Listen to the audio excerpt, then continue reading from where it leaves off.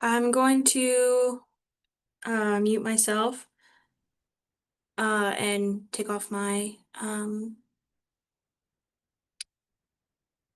camera. If you want to switch me to a participant.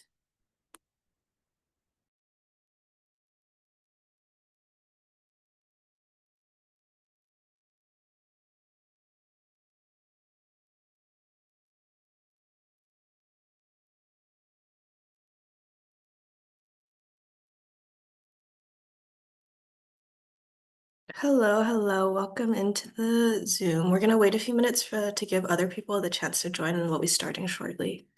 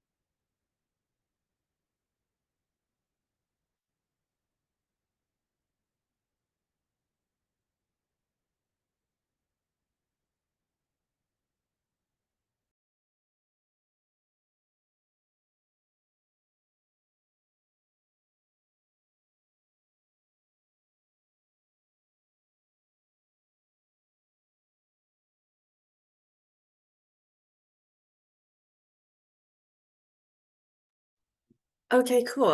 Let's get started. So, welcome to this week's Role Model Monday webinar. So, this week we have a focus on STEM and entrepreneurship. So if we go to the next slide, yeah, so we've been having these role model webinars all summer. So we've had a bunch of different topics. If you're interested in any of the topics that have already been talked about on here on the slide, everything has been recorded and is available on our UT Women in STEM YouTube channel. And then this is the last panelist webinar that we have for the summer. But next week, if you come back, instead of it being a panelist, we're going to be having our speed networking. So that will be a chance for you to actually be in Zoom breakout rooms and actually get to talk one-on-one with different STEM professionals that we've invited. So if you're interested in that, be sure to sign up for it. Uh, yeah, can you go to the next slide, Victoria? Yeah, so that's where you can find all of the recorded YouTube sessions from all of our previous meetings. Yeah. So if you don't mind stopping to share screen. So yeah, so today our focus is on STEM and entrepreneurship. I'm Estella. I'm going to be your host for today's panel. I'm a senior in electrical and computer engineer here at UT Austin, and then Victoria will be moderating if you want to briefly introduce yourself. Yeah, hi, my name is Victoria Fegley, she, her pronouns, and I'm a math major here at UT looking to minor or double major in sociology and go into social science research. Yeah, so we have some pre-selected questions for our panelists, but if at any time you as attendees have questions, you can they have a Q&A button on your side screen, so you can ask questions for our panelists at any time. So use the Q&A to submit your questions. We're here to answer them. Yeah, so Elisa, if you want to introduce yourself a little bit, and yeah, we'll get started. Sure. Hello. There's probably people on here besides the two of you who have actually heard from me, and you may not have heard very much about the entrepreneurship side. I've kind of gone in and out of starting businesses, actually since I was in college. I had started my first business before I left college in engineering. So I really like living and working in that space. I've done everything from being a contractor to building a tech startup business and getting funding to doing stuff for moms for a while because I needed something to do with my little kids for a while so it's just been a variety. I've had 5 separate companies and they've ranged in size. I've never gotten more than maybe 20 people working for a company. So I can also talk to you about how things don't work too. Yeah, do you want to start off with maybe talking about your like educational career path and then how that sort of tied in with business? Sure. So I'm an industrial engineer undergrad, and that means by definition, I have a lot of business stuff, right? So it's sort of the most businessy engineering program you can get into is usually industrial engineering. And my master's is in systems engineering, and it was from the University of Virginia. My undergrad was A&M, and my graduate work was the University of Virginia, and my I had a minor in business from Darden, so I had a lot of business type of courses. Just closing out of the chat there. So I was class of 93, so it's been a few years since I was in my undergrad. And I industrial engineering works on processes, how setting up initially manufacturing lines. So you're trying to see how many people are going to work where. And so you often have cost models that are done with that. So it crosses over in business quite a bit. And when you're trying to do things better, cheaper, faster, which is industrial engineering, it also naturally kind of blends into business. And the more technology you understand and the more business you understand, the more you naturally usually pull towards entrepreneurship anyway.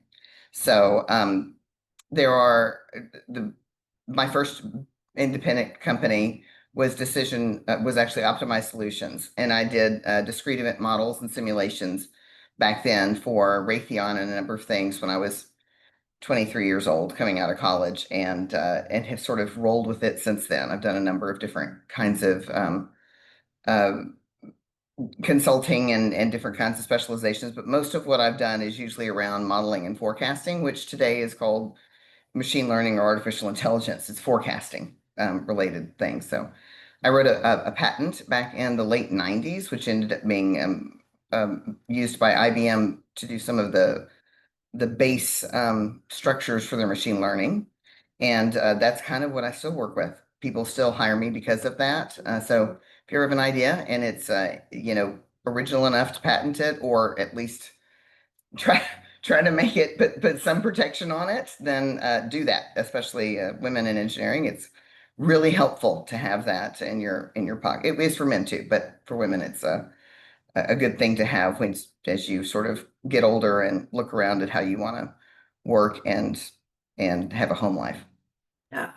Can you talk about how you started like getting into the entrepreneurship space, especially since you had like a STEM background and engineering degree?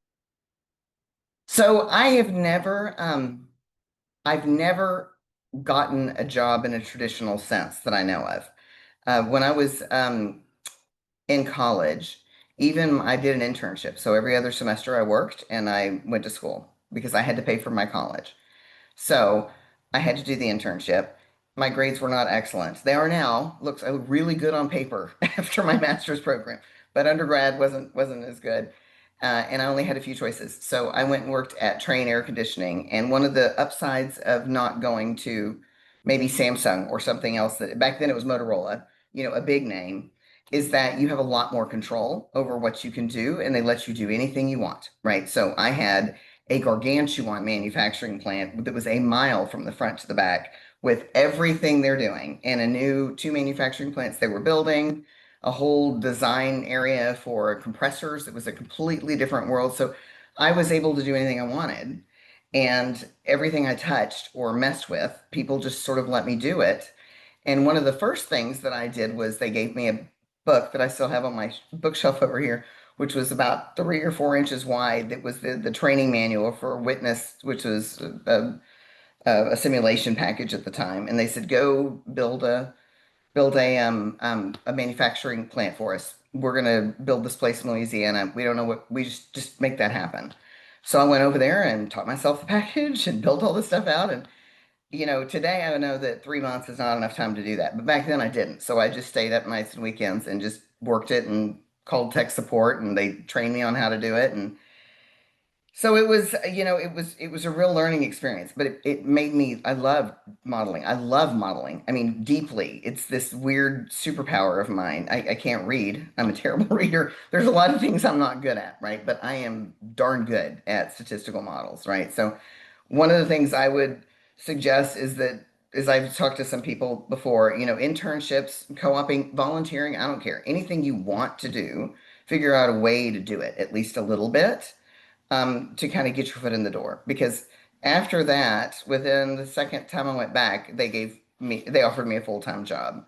But I wanted to do simulation. I really loved it. And they didn't have, it just wasn't enough work for a full-time simulation person in a manufacturing plant.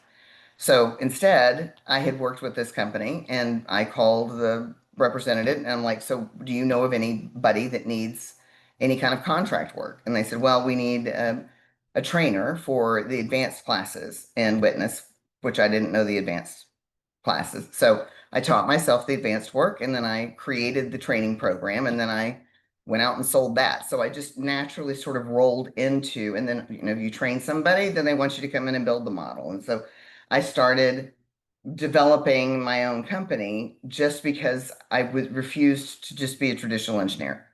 So it doesn't, entrepreneurship doesn't happen because somebody gave you an opportunity. I mean, rarely.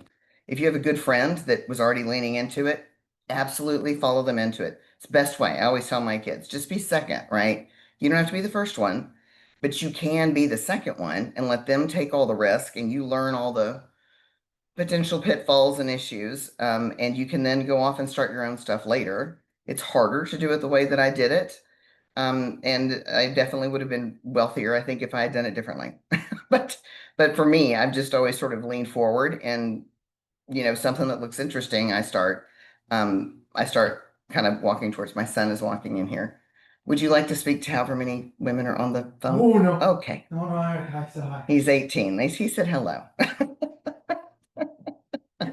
So anyway, that's how I got into it, and pretty much every job I've ever gotten since then, I've known somebody or worked around somebody or called somebody and I do the other side, right? I have friends of mine now that are still sending me resumes because I worked in Washington D.C. for a long, long time, and sort of all the changes that have been going on. There's a lot of people that are coming loose from jobs. So I literally just sent over a resume this morning to two connections, right? Sort of plugging people together to kind of help them stay employed. And that's the best way to start a business. If you're going to do consulting, right? That's which is different than, venture capital and all that kind of stuff. Yeah. I know, so you went back to get your master's in systems. So I was wondering if you could talk a little bit about why you chose to pursue another degree in STEM specifically, and maybe not something like an MBA or like something related to business, and like sort of like walk us through your decision process for that. So at that time, I was working for SAIC, which I don't know how many people know about what that company. It's a big company, but it's not around here. It's a government contractor mostly. I was working in Washington, D.C., and I was managing the East Coast branch for a business process reengineering group. So it was very businessy. But my boss was on the West Coast, and she said, I will not hire you. You can't have this position unless you have a master's degree. And that isn't necessarily the case in Texas all the time, but it does happen sometimes. So that's when I went back and went to the University of Virginia and looked around. The thing is because I love simulation modeling and it is statistics. That's all it is. It's one big, huge statistical model. I didn't want to do just business. Although I loved my Darden classes, it's their business school, and they're just the best professors ever. I mean, truly amazing professors. But even when I went back and I started a PhD before I moved back here at UVA, and I was talking to the professor that brought me back in. I said, well, I kind of want to do some of these things in business. He said, you can always teach in business, but you can't always teach in engineering. So always go for the harder degree. Maybe get a business minor if you want to do engineering. If you ever want to teach, right? You can't do, I don't, maybe you can, but I was informed you can't really do a master's in business and then want to go back and be a PhD in engineering of some sort. You sort of missed a step. Yeah, and then sort of in line with that, so how do you think having like a technical background rather than a business background changed the way you approach entrepreneurship? And then did you feel like there were any like major benefits or drawbacks to that with the type of businesses that you've worked for and started?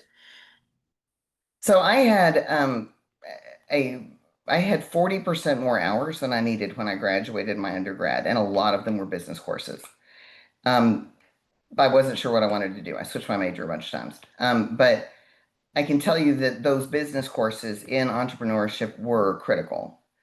If I had only been an engineer, I would really have gotten in trouble. I would have gotten in a lot of trouble with accounting. I would have, I mean, understanding basic, cash flow and, being able to do a balance sheet. I mean, there's something to that, right? And you can't, maybe you can just outsource things to people. But my experience has been the best entrepreneurs could do every role in on their team, on their early team, right? So if you have a business requirements person, if it's an IT company, which would be what I would understand, business requirement. The only thing I couldn't do in Play Today, which was one of the companies I started, was I was a terrible salesperson to kid play areas, right? So I hired a good person that goes and knocks on doors who could create contracts with businesses. Outside of that, there was nothing. Coding, user interface, interviews, write-ups, websites, the IT system, the algorithms, the anything. Um, all of that I knew how to either do myself and or I knew what I needed to contract out and I knew how to plan time for myself and for others and I knew how to forecast budgets, how to put buffers in forecasts of budgets and there's a lot of a business that's tied up in understanding business. But if you know the business, you are not the entrepreneur in STEM, right? So you may be the chief operating officer, the COO, but you're not the talent, right? So if you want to go out to California and go to San Francisco and have a brilliant idea, you better be having a brilliant idea. Or you need to have your tag along person that has the brilliant idea that you're connected to at the hip and they have a brilliant idea. But you can't just wander in and say, accountant here to help you out. I mean, they'll hire you, but you're not starting the business yourself. Yeah. And so then sort of shifting gears, we have a question from our Q&A. One of our attendees asked, can you walk us through the moment you realized your idea could be patented and what steps did you take from concept to securing the patent? That's actually that's a really good question. So I was that I had I was doing process designs in pharmaceutical development. I was working at Johnson and Johnson at the time, and I was mapping out all the clinical trials. And I'm standing in front of the whiteboard, and I'm like, okay, so what do you do after this step? And they're like, we don't know. And I'm like, okay, no, but like, what one of what 100 or 10? What? No. And finally, one of the because they're all doctors, right? It's doctor, doctor, doctor, doctor, doctor in the pharmaceutical world. One of the doctors stood up and went, look, it could go here. We could stop. It might go back here. Da, da, da, da, da, da. And she went, and I'm like, well, okay, then what's the likelihood? And she said, there is no likelihood. That's why you're here, right? Pharmaceutical development is $1 million, used to 20 years ago, $1 million every day a blockbuster drug gets to market before a competitor. That's the profit that it makes, right? So probably now it's 10 or 20 million. They are all, and it's a 10-year cycle, right? So how do you make that shorter so people get richer? Sorry, that's what it's about, right? In that world. And what I realized was processes don't go left to right. It's not everybody's in a manufacturing world. And I sat down and I laid out five different, because I built a lot of different models in different industries, five different categories, different repeatable process flows. And I laid out what factors you would need to predict on those five process flows. And that's where, like, I didn't even know what to call it. It was like chaos something mapping, or I don't know. And it's really more machine learning. It's all about what variable you need to track and improve on based on these process flows. And so I had a friend of mine who was married to an architect friend of mine was married to a patent attorney. And I sat down with him and I was like, so what about this? And he's like, does it work? I'm like, I think so. I don't even know. I'm not even really sure. I think it's the way that I've mapped things out. And so I quit my job and lived on my friend's couch. And for 10 months, I wrote the world's longest patent. And I worked with an attorney. And at the time, I spent $30,000, which would now be a deal, but it was more by far than my car ever cost, right? I mean, it was every penny I had. And I wrote this patent down and laid out how all the math behind it, and I had to do all the research, the prior art, which just crushes your soul because you have to look at everything that's ever been done in your space, and you're like, well, it's sort of like that, right? But then you're like, no, but it's different, right? So If you have an idea, if for nothing else, if you're just, you have to be curious, right? Everybody needs to be curious in the space of STEM. Like if you're going to do it, be curious. If you've got an idea, take the time to go out on the Patent and Trademark Office website and start searching for things that are like your idea. And it may crush you a little bit, but you'll figure out how to tweak it and make it a little bit better. And then at the time, mine was it's a business, it's called a business method patent because it's not like my lawyer would say, he literally had a bow and arrow in his room and he goes, we're patenting the bow and arrow. It's a lot easier, right? When you have algorithm patents, those are usually business method patents.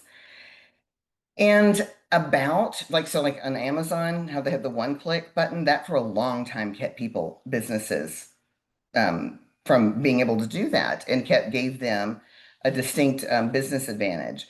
When the Supreme Court, and it was the Supreme Court of the United States, came back, they invalidated all business method patents in about 2013.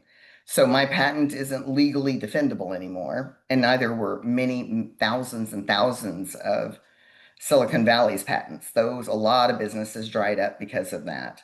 But it changes, right? When I did my patent, the idea was you need to patent everything related to it ever. So it was this huge patent. Now they do these tiny little narrow patents, and it just depends. And it took 6 years for them to award my patent. And it was awarded the day before my first son was born, and I did not care or learn about it for years because my first son was born, and that was the most important thing at the time. So it was a chaotic sort of time, but in the end, it worked out pretty well. Do you want to talk a little bit about the decision to quit your job and work on the patent is a very like big career step. So do you want to sort of talk about sort of the risk associated with it and what like ultimately made you decide that it was maybe like worth it to try for the patent instead of like working for your stable job? Yeah, so because I had such a broad patent, it wasn't like how do you so a side note, my grandmother actually had a patent in machining of equipment in World War II for airplane mechanics, right? So I come from a line of women in science doing or in technology doing patents. To me, that's just sort of a normal thing you would do. But I wanted to do something bigger than the company I was at, and I was actually at SAIC when I did it. And they wanted me to do business process stuff, and that was fine, and I could do it, but I didn't have the time and energy to really dedicate to it. I was setting up a relationship with Smith Klein Beecham. They were going to be the first business that we did the implementation on, and it was just a decision support tool. I mean, we didn't even know what dashboards were called. Like that was a new thing, right? So, but all this happened about the same time that um, 9/11 happened. And so as stuff was moving, the investment money went from like $2 million to like $300,000 and they'd get to keep the patent. And I gave up on that. I was like, I'm not ready to give up on the patent and it's not worth it to me. I'll just go work someplace else. But I feel like people that grow up, and this includes my kids, when you grow up with enough money, often you don't take the risks because you think that you're not going to be okay. I didn't have a lot. I paid for my college. I knew I could live on $10, right? So when you know you're going to be okay, sleeping on a couch isn't that big of a deal if you're going to take the time to get something put together. And that's when you want to do it. You don't want to do it when you're in your mid 30s and you have a house, and because I tried that too, and that's not a good idea, right? So do it when you don't have costs and preferably do it in the right area. Like California is a really good area to do I mean, they'll invest in almost anything. I've had people offer me money for the dumbest ideas ever in California, but in Virginia and DC, I mean, it had to be rock solid, and then they were also going to take your patent if anything happened. So, knowing where you're at is important, both age and location. Yeah. So this is another question from our Q&A. So one of our attendees asked, what skills from industrial engineering and business have been most valuable to you as an entrepreneur and innovator? So the skills from industrial engineering, so operations research before there were computer games, right? There was operations research, and my grandfather was an industrial engineer, so I would watch him like draw these things out. They literally like it was like war games. And now, when I was growing up in industrial engineering, we finally had computer models that we could build. And but now video games that you guys play, like my kids play games that are exactly the same. They're world building, they've got statistics in them. They're not quite statistically accurate. So, you can't input arrival rates from, you know, like I worked in hospitals for years and you'd have empirical data, patients arriving, and so you'd put them into the system and be able to, so you can't control them exactly like that, but they do look sort of like the video games of today. And industrial engineering taught that stuff, right? So for me, it was just like getting to play a game all of the time. And again, I'm pretty decent at numbers, and I'm pretty not good at words, written word at least, or at least reading it. And industrial engineering let me do that. Let me just play with numbers all day long. And there's another question, and briefly talked about your grandmother. They asked, who inspired you early in your career, and how did they influence your journey? So I have a very everybody's got an interesting family, right? So, and you may look around your family and think, no one's got my back, or nobody really understands it. Let promise you that you will figure out what that value was at some point. But my grandfather, who was married to my grandmother, this is my mom's parents, he was an industrial engineer and a chemical engineer at Dow Chemical, and he went to A&M. And then his wife was a dress designer on Broadway before he married her in World War II, and then she fixed airplanes for the Navy in World War II because you had to shift career paths. So she was never formally trained to do any of that because back then girls really didn't get to do that. But I was very, very close to the two of them.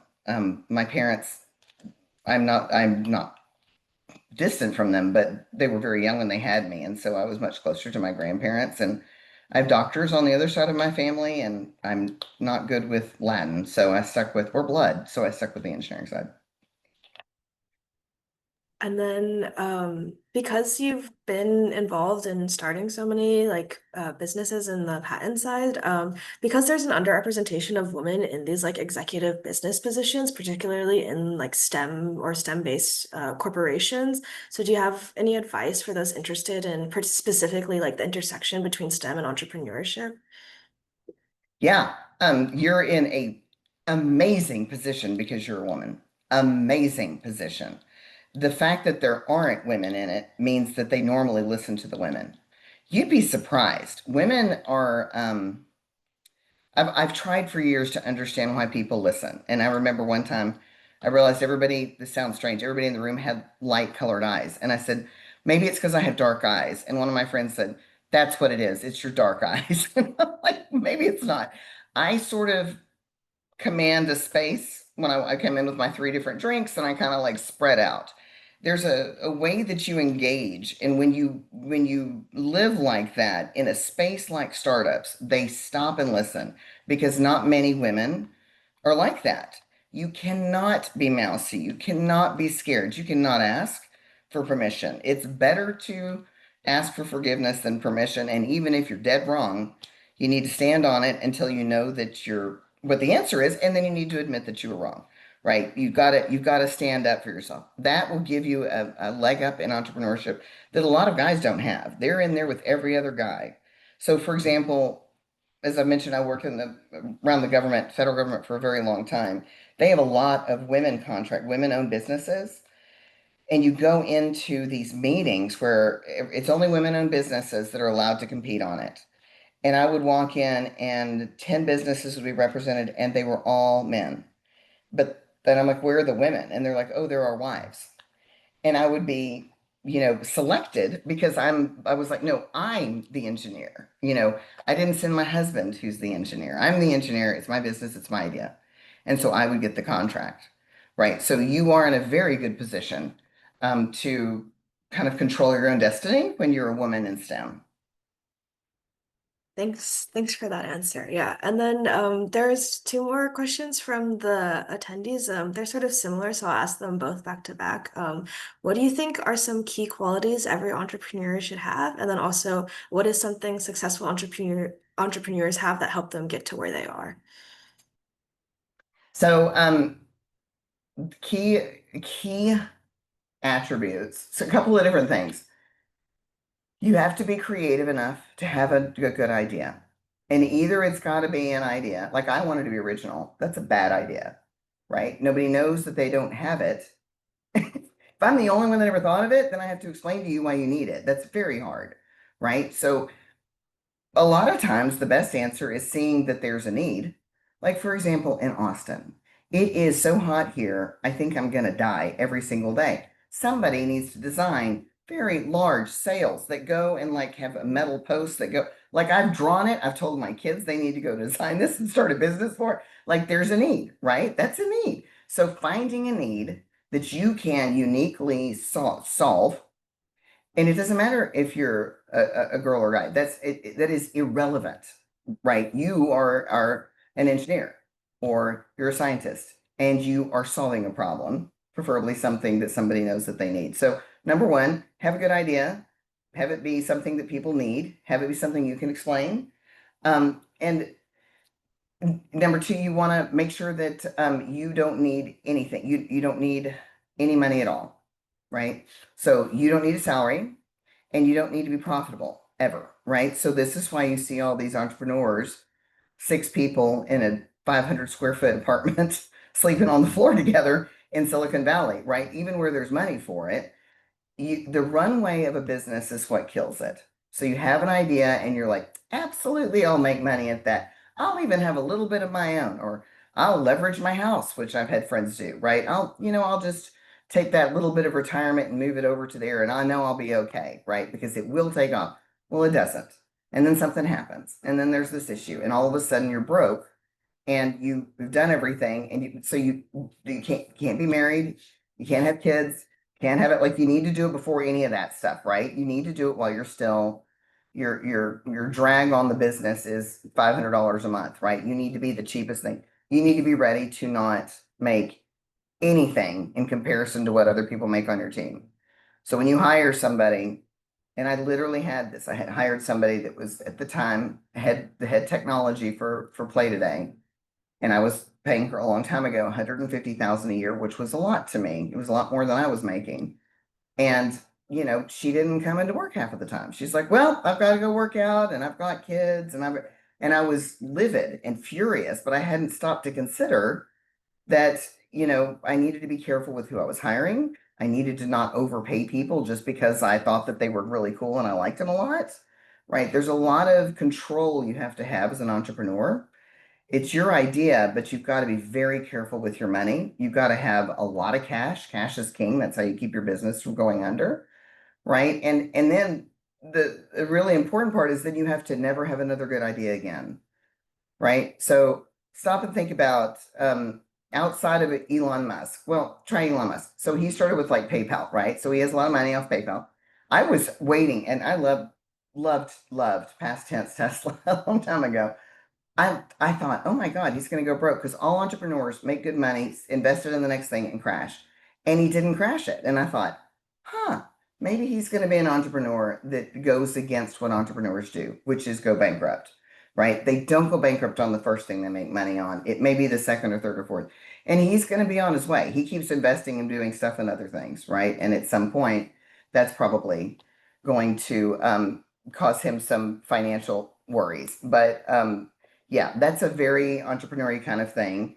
Is you really only need one idea and you need to stop iterating on the idea and you need to move into production, distribution, growth of that one idea. If you are an idea rat, which is more of what I am, be a professor, go into education, go into consulting, right? Do something innovative that you can change your ideas in your job all the time. Entrepreneurs are for not very creative people.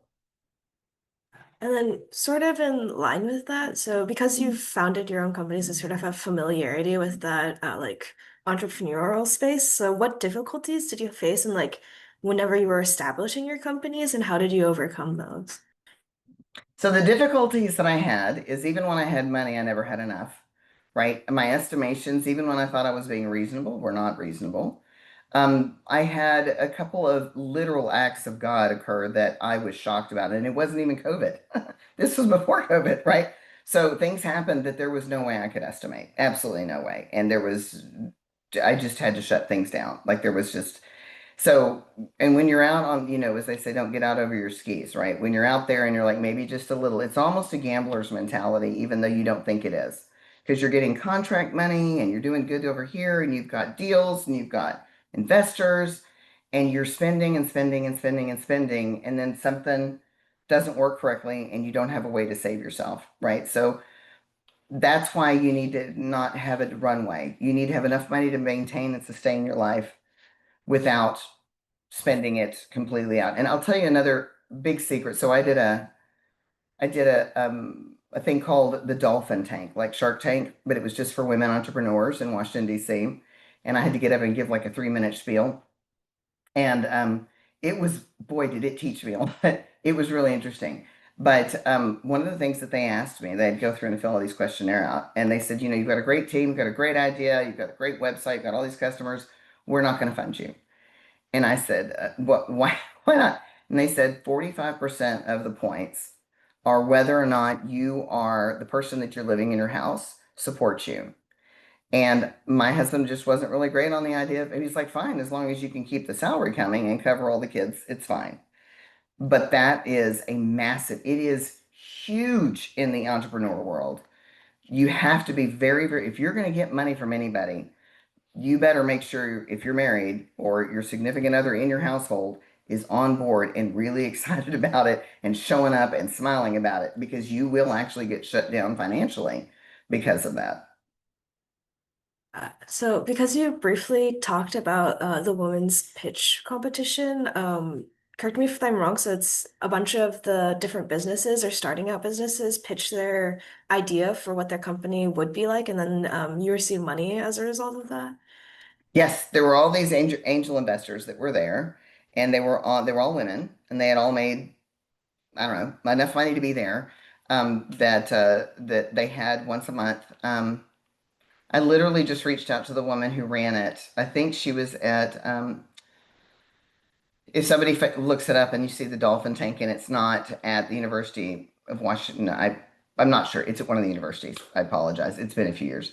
But they took me up there. A friend of mine was like, "Hey, you need to come do this." And it's a drop of the hat. I had to go up there, and she was like, "Do you have a deck that you could show?" And I'm like, "Yeah." Pulled up my computer, ran through some slides I had for another investment thing, and it was a 3 minute elevator pitch. You got to be able to explain what you're doing quickly, and it was very nerve-wracking. And the women that were there, one of them said to me, she said, "So it's a mom, you're a momtrepreneur," which is an incredibly insulting title to me. That's I want to do stuffed toys for my dogs, right? And I like being at home. I'm like, no, I this is a collection database of everything going on in the entire Washington, D.C. area, sorted and filtered and sent to you, and you can buy it's like Amazon for stuff to do for kids, right? So I consolidated all this. We had all these business. I'm like, this is a technology company. Like, yes, but it's for kids and you are a mom. And I'm like, just because this is for women and it's solving a problem for moms doesn't mean I'm a entrepreneur. It's an actual business, right? So sometimes if you're solving a problem that is more for the same spaces you happen to be in, like I was with very small children, you can be looked down upon in that situation. They wouldn't fund anything that was a entrepreneur either, because they're like, they're not real businesses. That's a little side hustle that you're doing, right? And I was always like, no, I'm an engineer and I'm building a technology. I just like any guy, if you were building something for guys to do, it doesn't mean that it would be a dude entrepreneur or something, right? This was a still a business. Yeah. And so just building on that, so the idea of pitch competitions, you can also find that at UT Austin if you become an undergraduate student here. We have through the business school and the Herb Keller Entrepreneurship Center, every year they have a pitch competition.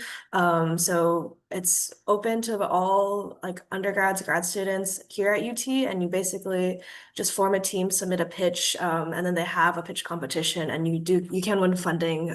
To start your business. So if that's something you're interested in, once you come to UT as an undergraduate student. And then sort of in that vein, we had several of our attendees ask about advice for teenagers looking for a career in entrepreneurship, specifically around high school, like how should you get started when you're like a younger student? So my 16-year-old has had a number of businesses because he is going to be an entrepreneur. That's the way he's wired. And I have really pushed that. My husband and I, maybe not so much, but I think it is brilliant. Whatever your idea is, I don't care what it is, learn how to set up a business, right? Learn how to set up a legal entity, learn how to set up a bank account, learn what are you going to market? How are you going to market? What's your customer base going to look like? How are you going to do your outreach to them? What's your offering? How are you going to do your pricing? You can learn that in business classes, but it is totally different than if you actually do it. So my son at 12 started doing t-shirts and quickly learned that then he needed to have it manufactured someplace else. And then quickly learned that that wasn't a good idea either, right? So now his friends are like, "Oh, we want to do this business." And he's like, "That's dumb." I'm like, "Don't tell him that. Let him figure it out," right? You have to go through these things and you sort of figure out what works and what doesn't. And so I think the more that you lean into it in high school, just anything you want. Right now, my son's he and his friends wash cars and he makes really good money at it. He does detailing, right, in cars. But he knows how to do investment trading. He's the best pattern signal trader I've ever seen. He's awesome at it, right? But he's 16, so he doesn't do that. He does this other stuff. And as he has ideas about things, I walk with him through it. I'm like, all right, let's look at how you do a logo with that. Let's look at what does your competition look like? How much money do you need to get started on this? How do you want to fund that? How are you planning on funding that? Because I'm not paying for it, right? So what are the different pathways that you're going to get from point A to point B? Maybe you work over here at this place and you make enough money that you save up that then you can invest in this other thing. And I'll give you a little bit if you do that, right? So if a family member will help you sort of work through it, it will definitely help. And you don't need to be an entrepreneur to think through it, right? You don't have to have a parent that's an entrepreneur. You just have to go in and tell your parents you're not going to bankrupt them, right? Start with if you have panicky parents, right? I'm not asking for money. I just need some help. Like, can you help me figure out what I would need to do? And Chat GPT would be wonderful. But I promise you, it can lay out what you need to do as well. Yeah, and so because you talked a little bit about funding, I want to loop back to the pitch competition that you did. Could you explain what an angel investor is and how that's sort of different, the different like types of investing? Yeah. Again, there will be people that will remember it has been a lot of years since I went through that. Angel investors, I even had a C corporation, which is like saying I had Amazon. So I should know this for 200. Angel investors were sort of the first line. So you have friends and family, right? So your first thing is you look at your checking account and the entire $1,000 in your checking account is the first thing you put into it, right? And then you go and you talk to your parents or you talk to your your siblings or whatever, and then you talk to your friends and you create partnerships and you have to start controlling what percent you're going to own of the business, right? Don't run up to your friend and go, "Hey, I got a great idea. I'll give you half the business." Do not do that, right? Especially in science and technology.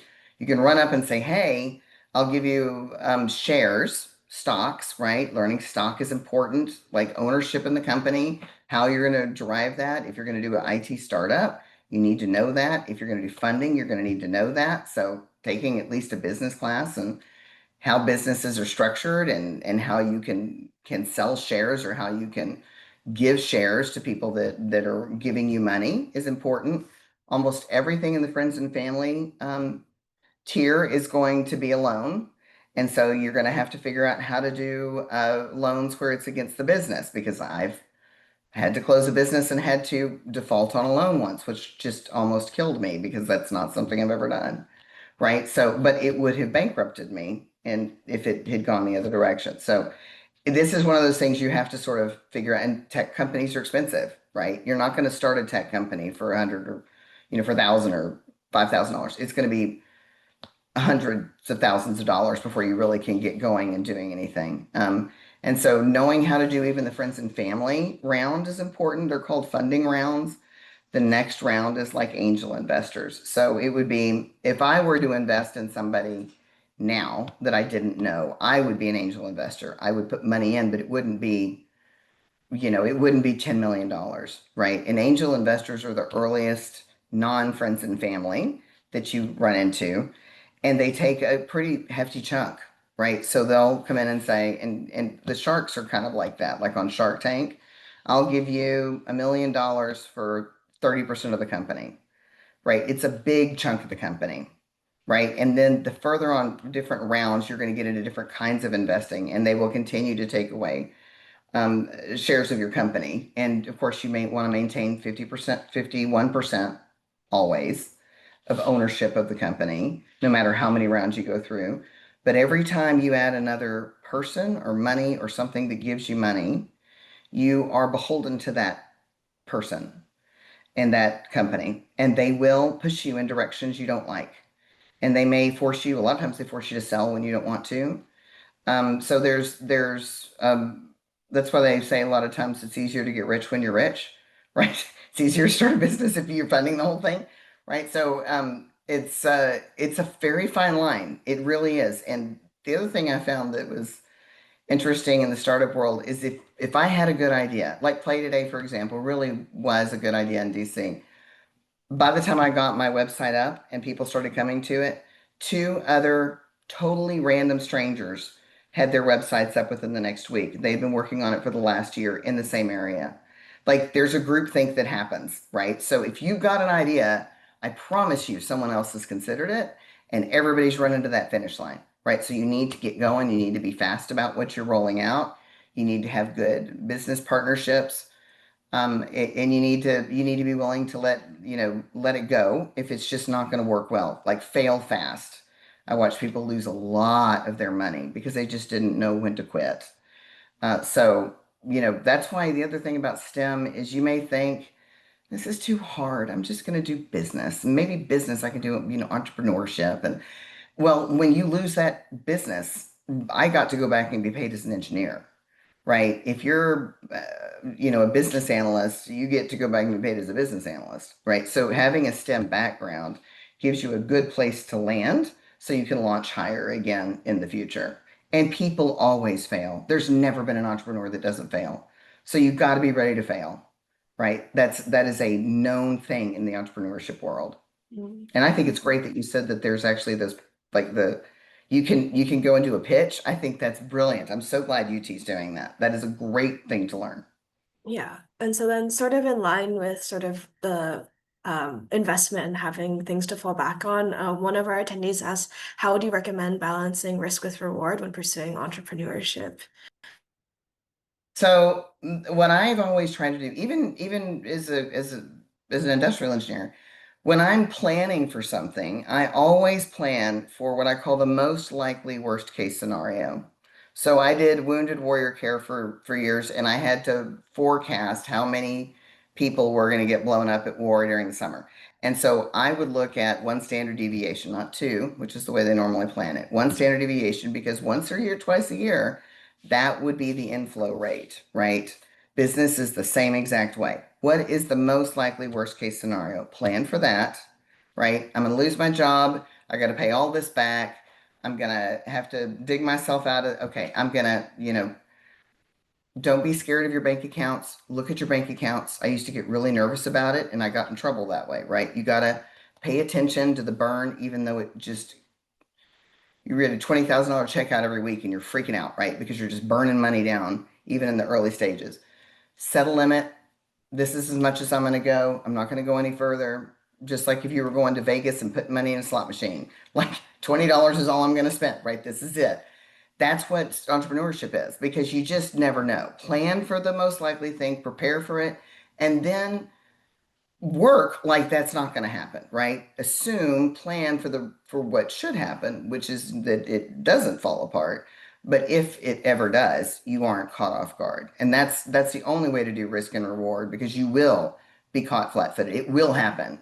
And one of your things, it will not work. And you don't want to wipe everything out that you've worked so hard for. Mm. Yeah, so we're approaching the end of the webinar, so I'll end with like a sort of our last attendee question. So they just wanted to know, what was your favorite class in college? Or in You grad know, school? that both of them were business professors, which is Mhm. funny. Um, One was business law at A&M, the best lawyer in the world, told the best stories, and I learned a lot just because he was a fantastic teacher. They were both teachers, that's the thing. And the other one was quantitative business analysis from UVA, also a brilliant. They were professors that you don't even know you're being taught anything. They're just talking to you. And they kind of walk you through stuff, and all of a sudden you're like, oh my gosh, and they're like, oh, yeah, maybe that's the answer, right? That kind of teaching. And so, yeah, that was not in engineering. Sounds good. Yeah. Oh, yeah. Thank you for your time and for speaking with us. So we're gonna have some links in the chat. For next week, we're going to have speed networking over Zoom, and then also we have our community Padlet, which is just like a question wall. And if you had specific questions that we weren't able to answer today, you can put them there, and we'll be sure to answer them. And then, yeah, thanks for joining, Elisa, and for spending time talking to us. And then just for the high schoolers who are still here, we do have a lot of business opportunities here at UT Austin. One that I wanted to mention is the Kendra Scott like Women's Entrepreneurship and Leadership Center. So that's through UT Austin specifically. It's a partnership between us and Kendra Scott, and they offer courses and a certificate, and it's open to all majors. So you don't have to be in business to be taking classes through Kendra Scott and getting their certificate. And same thing with that pitch competition. You don't have to be a business under like a business major degree to participate in that pitch competition. I have some engineering friends who have gone to that pitch competition. So you have a lot of space in STEM or outside of business to pursue entrepreneurship. So I just wanted to end on that note, and I'll be ending the webinar. Yeah. Thank you, Lisa, for your time. Thank you. Thanks. Bye Bye. bye.